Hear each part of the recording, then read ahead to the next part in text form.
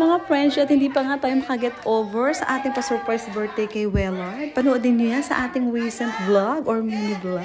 At move on na nga tayo kasi meron nga tayong ganap today. Dadaanan ko pala sila Wellard at si Jelay kasi nag-shoot sila ngayon sa airport. At dito ko na nga sila sinundo sa may business bay kasi natagalan sila mag-shoot. Kasi ba naman mga friends, kanina ang kasama natin si Bebe Janina. Full fact tayo for today. At ayan na nga ang reklamo ng mga person sa init. At dahil hindi nga natin nadala yung gustong regalo ni Wellard ng birthday niya sa hotel, ayan, inabot na natin. At may pa-unboxing na agad ang ating bida.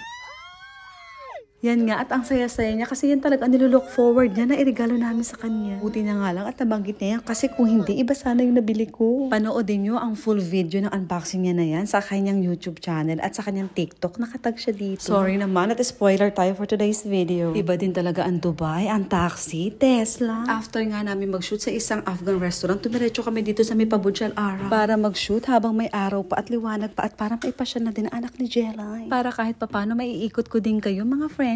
At nandito na nga kami sa may Burj Al Arab, the 7-star hotel. Isa to sa mga tourist spot dito sa Dubai. Syempre, bilang matagal na dito sa Dubai, hindi tayo papayag na hindi natin ma-experience yan. Kaya nung nakaraang birthday ko, dyan ako nag-celebrate. Ayan na nga ang mga person, magpipicture-picture muna dito at mag-shoot. Sana nag-enjoy kayo sa ating mini vlog ngayon mga ka-Frenchie. Makita-kita tayo ulit sa susunod nating mini vlog. Thanks for watching. Ingat kayo. Bye!